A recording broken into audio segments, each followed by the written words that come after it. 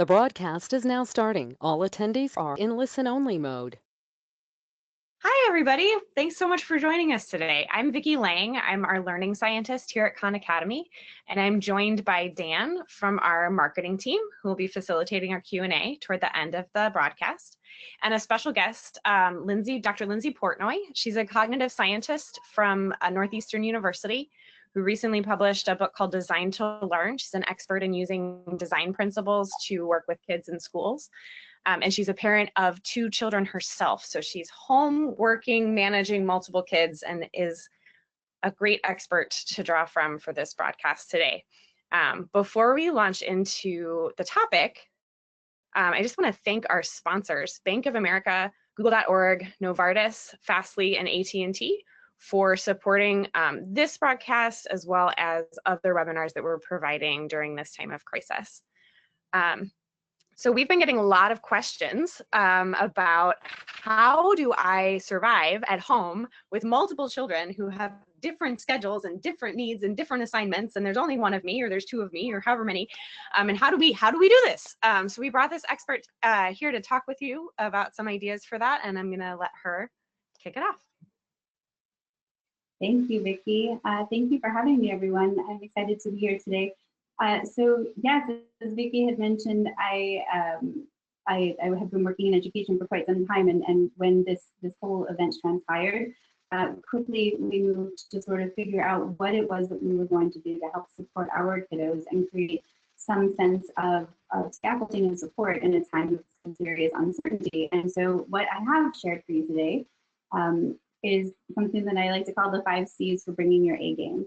And what I realized is that we really are a very playful family, and we do very much seek the joy in all of the learning that we try to do at home. And so the C's that I'd like to share with you are clarity, curation, creativity, curiosity, compassion. And I'm going to go through each of these and sort of how they address those main questions that Vicki had shared previously. And Vicki, hopefully you can help me along here to make sure that we're getting at the most important pieces. But the idea is that we're trying to keep it as simple as possible. We're trying to be as realistic as possible given the current constraints. As I'm speaking to you now, we have lost power, so it's always something exciting and new.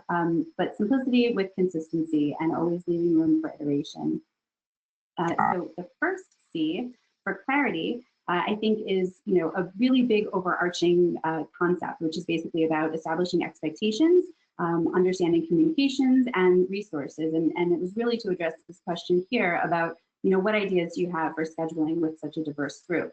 So as Vicki and I were talking, I shared with her my game plan, right? So we use gaming as sort of the analogy. What's the game plan with our team? So at the beginning of each week, if we have a teacher that's sending a week,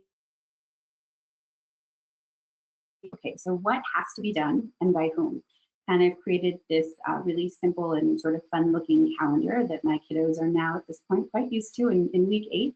And they know what's happening at every time, where they will find what they need and where we will find what we need to help support them, where everyone will be in the house in terms of space. We'll talk about that later.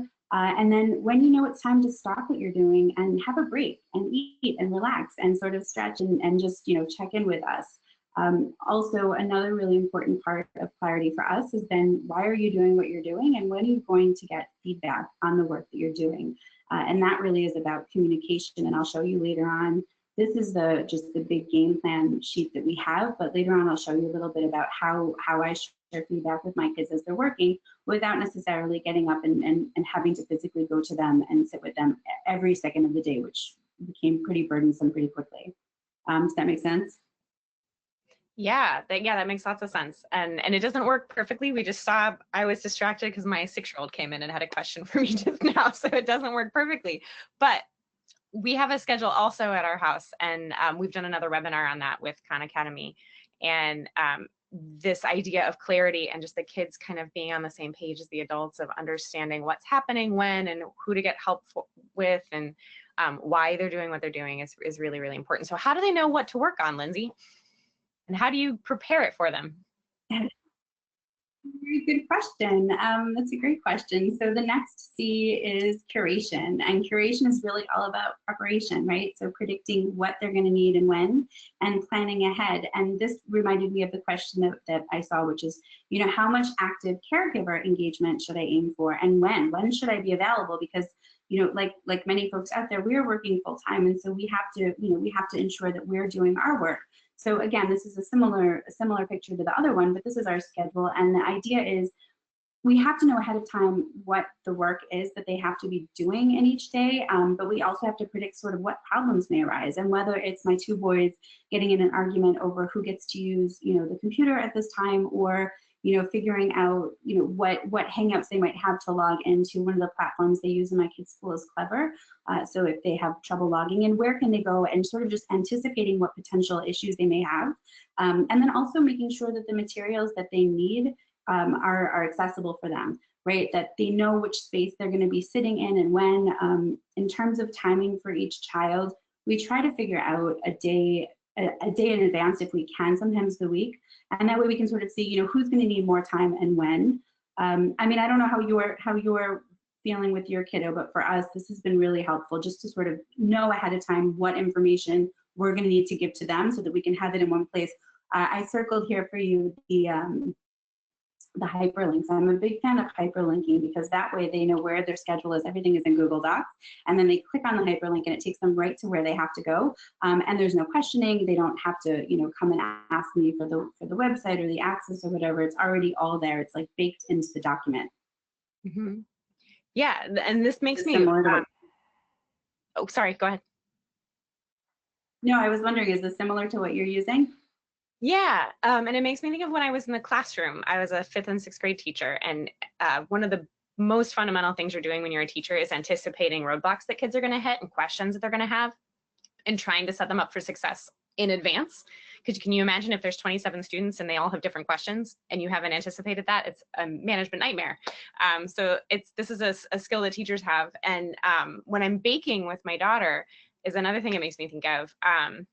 If you think about cooking with your children when they're young, it helps if you sort of, I know it's easier for me if I set out the measuring tools and the ingredients ahead of time, and maybe I already have a list of how much of each ingredient we need, or maybe I've already measured it out and they can just help me by mixing. That goes much more smoothly than if I just say, hey, let's bake cookies, and we go into the kitchen at the same time and I'm looking for stuff and she's like eating the chocolate chips while I'm not looking, and there's like everything at once. It helps a lot. It's hard sometimes to find the time ahead of time to invest to make a plan, but on the weeks and days when I am able to do that, the actual rest of the day goes much more smoothly. That does sound very familiar. Absolutely. Mm-hmm. No, I mean, for sure. That's super familiar. And again, and that was like using the game as the frame here, knowing the different players and knowing what they're going to need, because every kid is going to need something different. You know, one of my kids is much faster at sort of going through the writing part of his work. And the other one needs a little bit more help and support and scaffolding. And so even just knowing where in the day they're going to need a little extra sort of love and encouragement, so I can go and make myself available to them, or maybe switch where it is in the day. So if, for instance, I know that there's a big writing project, maybe I'll put it at a time when I know I don't have meetings with my colleagues, so that I can be available to him and help him out. So yes, know your players. The next one, if it's all right if I move along, is creativity. And here I'm talking about multiple opportunities to soar. And again, you know, the folks that were asking questions about what happens in multi-age families, how do you create a schedule where when there's an older kid and they see their younger sibling play, they'd rather play. And that is very real. So again, following along with the game analogy is leveling up by being creative and being flexible and thinking outside the box about, you know, for instance, where people are working at different times of the day. So we have sort of quiet spaces where we know that we can go to if we have a meeting, if we have to do a go-to webinar, we know that nobody's going to bother us there. And then there are other spaces that are more open. And of course, this isn't easy every place, and it's not a perfect panacea. But just being creative and flexible about where we should be at different times of day, and then sort of setting aside when we know we're going to have lunch together, for instance, which is a lovely thing. But if we don't make it for then, we have to make sure that we have snacks out for the kids. They've become so so much more independent about finding what they need. I don't know if you're having the same experience, but it's been quite impressive. Flexibility in the resources and who has access to devices. Also in communicating, so one of the things we talked about earlier, and teachers do this in spades, is give great feedback, right? And so how do we continue to help them get feedback? Their teachers are still giving them feedback in many instances. And during the day, we need to sort of be helping them with that as well. So I have on the screen over here, the morning reflections. I have my kiddos write morning reflection, and I have them reflect at the end of the day with what I call Today I Learned. And there are a bunch of questions for them just to think about. And as they're writing them, sometimes I'll give them feedback in there, or I'll just sort of write a little note to them like, wow, I was really impressed to see, you know, when you flew through that, or my older son wrote this beautiful, compelling argument for why the U.S. women's soccer team should get equitable pay to the men's soccer team, and I was really taken with it. And so I gave him feedback here, and I could tell. I mean, he was so excited, and he came running in, and we had a great conversation about it. So I think communication is key. You can do it in Google Docs. You can use Post-it notes. I have whiteboard here. I think it's fun if you have a space for a family whiteboard. We don't, but it would be a really great thing if we could. And also being creative about the responsibilities and reflecting on what is working and what's not working. Mm-hmm. Yeah, and I'm seeing just, I totally agree with all of those suggestions. And I wanted to say I'm seeing some questions about some of these resources in particular, and I wanted to say that we're going to share some links to some of these resources for morning reflection and schedules and things at the end. So you'll have those. Yeah, they're all of the templates are available for free. You should have access to all of them. We'll make sure that you do afterwards. So the next one is the next C. I think it's very important that sometimes it's okay for us to just let them play. I think that this moment is a very tense moment for many of us for a host of reasons. And so I really think it's important that we allow our kids to sometimes just play. Just go outside if you can, go ride a bike, go read a book. We have certainly had more hours on Fortnite and Minecraft than probably I'd like to admit, and I'm okay with that right now. In fact, I'm okay with that in general. That's a different conversation, but I think that one of the really important pieces here is that it's okay for your kids to play. The next one is curiosity, and I say game on to curiosity. One of the things that I think we should be more curious about is that feedback piece we were talking about earlier. I have a whole, so my kids were doing these reflections, and they were like, well, Mom, you know, you're not telling me if I'm doing it right or not. And I was surprised that they actually wanted the feedback. They wanted to know if they were doing it, what else they could do to make it better, or did I see it? So I created for them sort of a super simple one-point rubric that I shared, and I'll share with you all as well. Also being reflective on what they're learning while they're learning it. What did you love? What is something that you never would have thought that you would have been excited to learn about? My kid got so excited about studying, they're studying ancient Greece, and he was so excited and inspired to learn about it. And he said, you know, if I hadn't had the time to sit there and watch that documentary, I don't know if I really would have gotten as vested in it. So I think that, you know, game on, be curious. Silver linings for us, I'm able to spend time having lunch with my kids maybe, you know, once or twice a week, but that's once or twice a week more than I ever did before. And to me, that's incredible. Also, in finding new ways to play, I have this sheet that I'll share with you as well. It's called While You Were Waiting. Basically there are two columns. So if you have an internet connected device, you have a host of things that you could do. If you don't, you have a host of things that you can do, and I'll share them with you as well. And so there are amazing opportunities that our kids can be doing if they're waiting for us, if they need us to help them before they can move along. They don't have to stop playing. They don't have to stop learning, because as we know, we are always learning, especially when we're playing. Mm-hmm. How does that sound? That makes lots of sense as well. There's so many great suggestions in here. So we're ready for, I believe, the last one, and maybe the most important one. We probably should have started here, but compassion. And I think, you know, everyone's asking the same questions about how do we serve all of our kids? How do we meet their needs? And these are the questions that teachers ask every single day. And so I think we're getting a really important glimpse into the life of what it is to be a teacher. And I think that in terms of compassion, the most important thing right now is that we are compassionate. Maximum XP is to level up, to get, you know, to achieve a higher score, be compassionate with our kids and their teachers and ourselves. And I have an asterisk here because not only is it May 4th, it's also Teacher Appreciation Week. So I wanted to just sort of call out that we have these incredible humans that teach our kids all day, every day, all year. And we really are now seeing, I mean, always, but how important they are in our lives. And I just wanted to, as we're compassionate with ourselves and our kids, also reach out to our teachers. Also be compassionate and communicating the reality of what's happening in this world right now, and also being flexible with the expectations. If you need to reach out to your teachers and let them know that your kid is struggling and can't do the work or just needs a break, that's okay. And I think we need to have permission to do that. And again, you'll notice I said don't forget to play, because I think that's important as well. Mm-hmm. Yeah, this is so important, and it can be really hard too, because we wear so many hats. We want everything to be just right, and it also is very emotionally draining, especially if our kids are fighting or if our kids don't want to do what they are supposed to do. It can be very emotionally exhausting for any adult, and at those times it can be really hard to maintain compassion with yourself or with your kiddos as well. It's really important. Yeah, I mean, I think it's important to remember what is most important right now, and if you are together and you do have the ability to be together with your kids, I think that's a great gift. And just, I guess, taking a minute to just breathe and be okay with where you are and forgive yourself and hope that the world around you is going to be as compassionate. And if they're not, let me know, because I would like to help them find that compassion. The next piece that I really wanted to share is that there are over 76 million students in K to higher ed schools in the United States right now.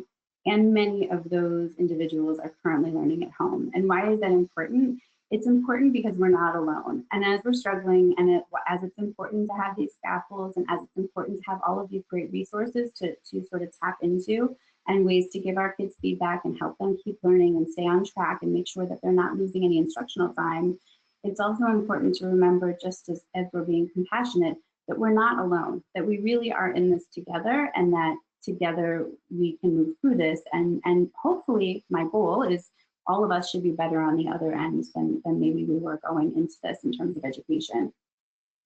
I wanted to share also with you a quote that is one of my favorites. I have no idea who said this. When I had my first son, my husband brought home this postcard, and it didn't have an author, but it was "Survival is the new success." So let's just keep moving one day at a time. There's no such thing as perfection.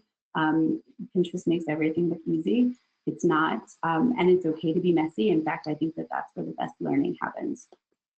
So what I have for you here are a couple of different slides on resources, the daily activities that I made for my kiddos, that the game plan is available, as are the morning reflections and the Today I Learned. There's some really incredible content that we have pulled from Khan Academy that my kids have gotten engaged with in terms of, writing Pixar in a box was incredible. And what I did is I created a document for them so that they could document their learning as they were using the Khan Academy content. But there's also the MIT work there is extraordinary. So is the Big History Project. There are tons of amazing resources. I also shared the feedback for the win. So if you want to give your kids feedback in a Google document, it's very easy. Just take it, copy it, download it, use it for yourself. And a list of while you're waiting, whether or not you have a device. There's plenty of stuff to do. And then here are some non-tech and tech toys and games and sort of playful experiences that you might want to check out in this interesting time. And one of the things that I wanted to call out here is that you could challenge your kids to create their own versions. I don't know if you've ever played Slapstick with your kiddo? No, I don't know that one. It's a great game, and it's a great game that you could play and have her create a version so you guys could play together. All of these are games that are pretty easy for your kids to hack, and then they themselves can play the game that they've created, which is also very fun to do. Yeah. So I wanted to end on a light note because it's a very heavy time. I wanted to say May the 4th be with you. And I know we probably have tons and tons of questions. So if you'd like to go to them, we can do that. We can go back and look at any of the slides.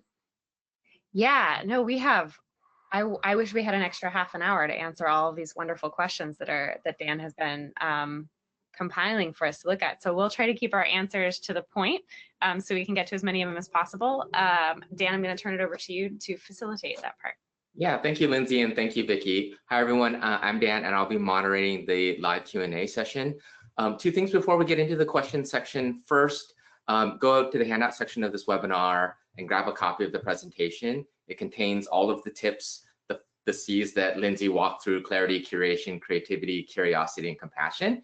And it has the links to all of those resources that both Lindsay created, as well as Khan Academy links to just some of our normal resources that you can find on our site as well. We already have a ton of questions. First, before we start, I just ask for all of your patience, just because we have so many and we only have about 10 minutes, and we'll try to get through as many as we can. Please submit more, and we'll try to get through as many as we can. All right, I get to ask the easy questions, and then Vicki and Lindsay will do the hard job of actually trying to answer these. Lindsay, there's a great question on reflection. So what actually is it? So there's a question from M.A. Lorraine. What do you mean by morning reflections? Can you just give a quick high-level overview what that means? Yeah, so the morning reflection is a document that I made for my kids, and it really is just reflecting on what they've done so far during the day. So anytime before, they typically do it the last thing before lunch, and there's a question of, what did you read today, and how did it make you feel? What did it remind you of? So it's some of the similar questions that you probably are familiar with from your kids answering in school, making the text to text, text to self, text to world connections. I also ask them, I have a whole bunch of just silly questions, how do you define curiosity? Or what does it mean to be creative? Or if you were to be a scientific explorer, where would you go and what would you want to discover? So they really are just a host of questions that my kids respond to every day. You have them for free, I think, on the handout. I added them all there. Does that help?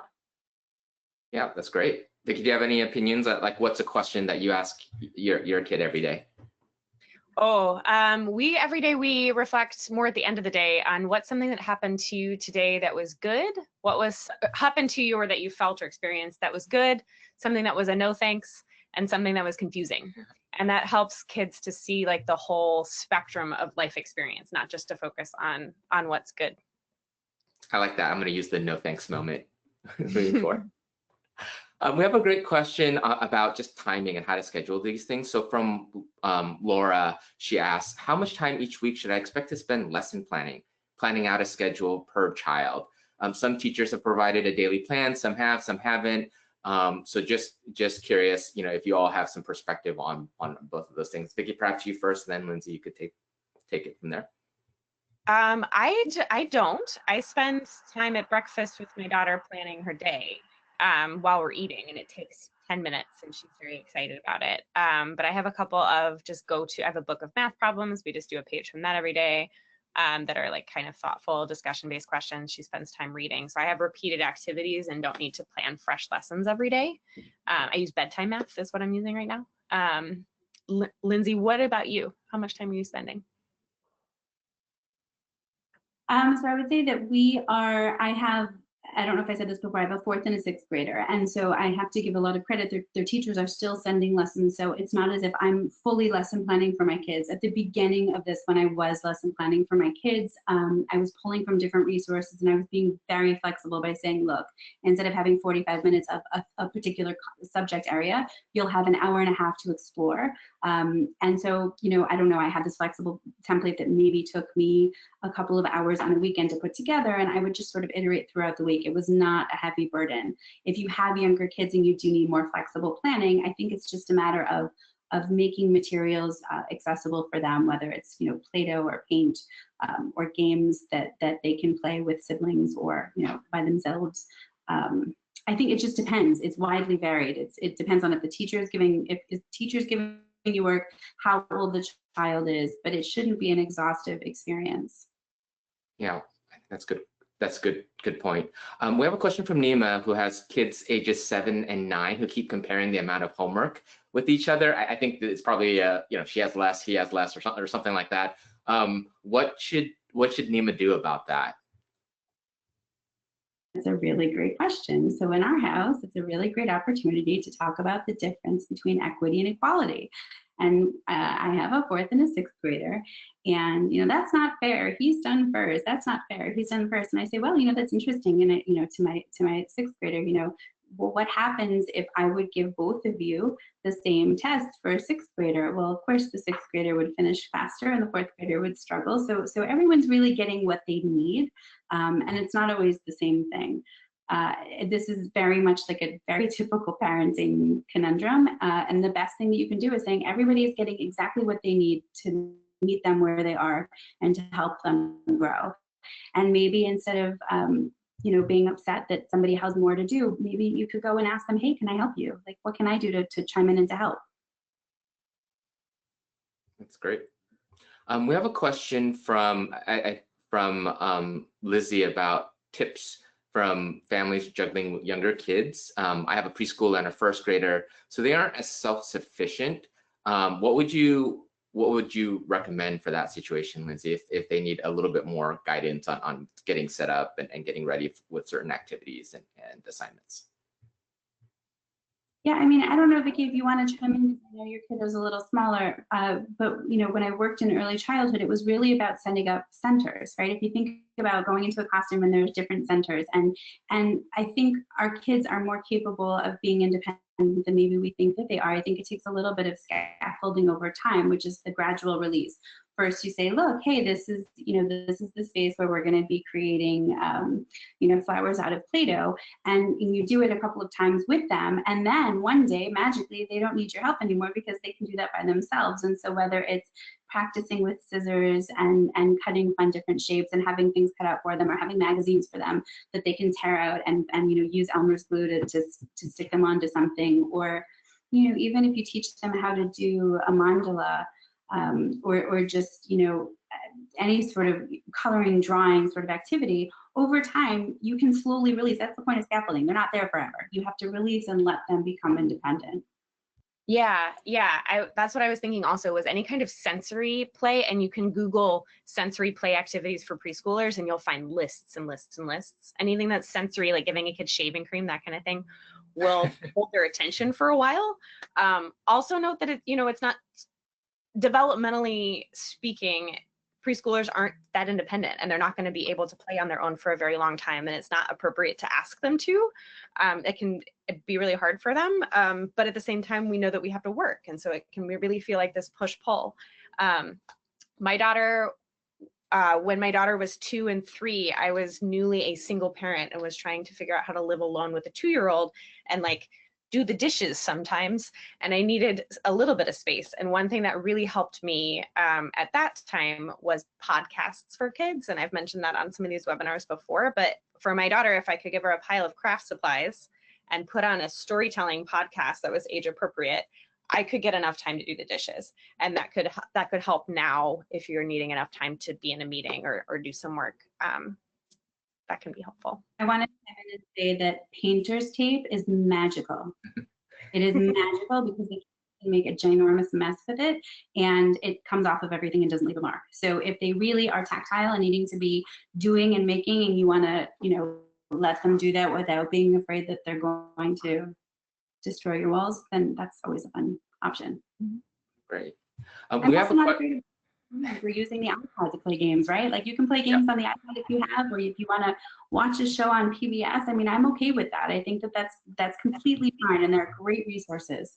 Yeah, and so that's a good segue to a couple of questions we have about screen time. So some Sri as well as Jennifer asks, kind of both around, like, with a lot of work, remote learning, as well as some of these other activities, there's a lot of screen time that their kiddos are getting.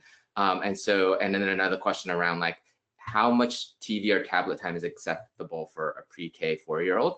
Before I pass it over to Vicki and Lindsay, I just want to comment that the American Association of Pediatrics just released kind of a COVID-19 screen time recommendation, which is a little bit more flexible than their normal. I think their recommendation for earlier learners are like 20 minutes a day, but I think that they recognize that this is kind of unusual times, and to be a little bit more flexible and forgiving about that as well. So just be sure to be mindful of that.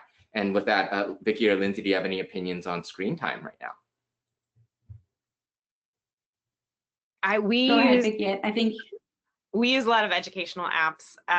She does Khan Kids. I love Khan Academy Kids. She'll also watch shows on PBS. I do try to limit it to no more than an hour or two a day is what I do, but I think that's a personal what I need in order to balance my day for work and to kind of limit it for her. We also she loves science shows. We'll watch Nova or any kind of science documentary. And then she'll tell me, one thing she does is watch an episode of Nova and then write down 3 facts she learned or 2 questions she has after this show, something like that. Oh, I love that. Vicki, we early on, before the kids started getting homework from their teachers, we started to have we would have a list of sort of acceptable things to watch, and we would have them share with us over dinner. The goal was that they had to watch it, but then they had to come to dinner prepared to share with us what they had learned.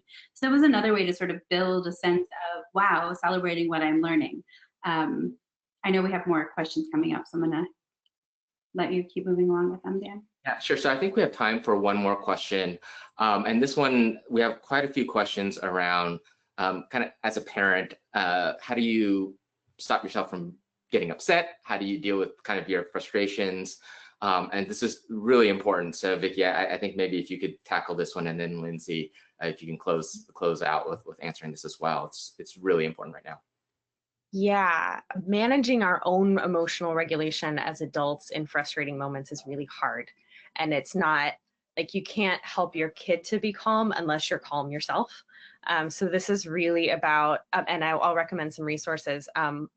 It's really about being able to take a step away for a minute, take the deep breaths you need to get yourself calm again, and then come back and help them try to figure out how to solve their problem. One strategy for that is called box breathing. Very quick, you just breathe in for 4, hold for 4, breathe out for 4, hold for 4. It's a box because it's 4, 4, 4, 4. In, hold, out, hold. And that the military uses that, emotional scientists use that, everybody uses that. It'll like physiologically calm your nervous system down, and then you'll be in a calmer place to respond to your kids.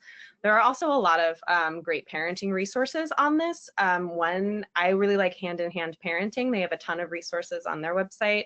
As a parent with limited time, I like to follow my favorite parenting educators on social media. So I'll follow like Seed and Sew is an Instagram account that I really like. And so it's just like she'll post, it's a little square image on Instagram of tips about how to regulate my emotions and how to regulate my kids' emotions and how to respond to her. So that's some things I would recommend. But it's you know, what's going to work for you, it's going to vary. And with that, I think we'll turn it over to Lindsay to wrap up. Yeah, I mean, Vicki, I think you just did a stellar job. I think that the most important piece is that your mileage may vary. Everyone is different, and everyone needs a different way for managing their stress. For me, the most important thing is acknowledging that it's okay to be frustrated, and it's okay to get anxious, and it's okay to be angry, and to be sad, and to be confused. And I think for us in our house, I'm very honest with my kids, and I say to them, hey, I've never done this before. None of us have done this before. And you don't want to lose the sense of stability and strength and certainty that everything's going to be okay, but you also want to be vulnerable enough with your children to let them see that, you know, you're also trying to figure this out. Nobody has all the answers. We're all growing through this together. And I also think it's a really great opportunity to take perspective and to think from the perspective of your kids and how they're feeling and why they're feeling that way, and then also invite them to take the perspective of other folks in their community and in the wider global community and how it is in other places of the world, right? Because everyone is having a different experience. We have the shared experience of this very strange pandemic, but we also have very different living experiences, and so it's an opportunity to say, you know, let's be reflective about what it is, you know, to live in different parts of the world and parts of the country. That's helped us quite a bit. And even to just verbalize that to our children, we've had some beautiful conversations, hard, but beautiful conversations. Thank you, Lindsay. Thank you, Vicki. I just wanted to thank the audience for joining us. I know everyone's incredibly busy during this time, and thank you for spending that time to be with us. If you missed anything or you want to review this webinar, we'll be sending out a recording for those who registered, and we'll also be making this available online. As well as the presentation will also be made available in both places as well. You can always go to Khan Academy, and there's a blue ribbon at the top taking you to all of our COVID response resources as well. So if you miss anything, you can always go there. And then I would ask you to do one final thing before we close out here. There's going to be a pop-up that shows up at the end of this webinar. And we ask you to do two things for us. First, tell us how we could make future iterations of this session even better for you all. And then secondly, what other types of sessions would you like to hear from us? And we'll try to plan that out and get that out to you as soon as we can. And in closing, as I mentioned, we know you're juggling a lot, and this is really uncharted territory for all of us. And I think what Lindsay and Vicki kind of closed out with is really important, just as parents and as busy folks right now. Just be kind to yourself. It's super important to remember that this is incredibly stressful and challenging for all of us, and you're not alone. So just be mindful about being kind to yourself. So with that, we here at Khan Academy want to remind you, please check in occasionally, and thanks again, and goodbye. Mm-hmm.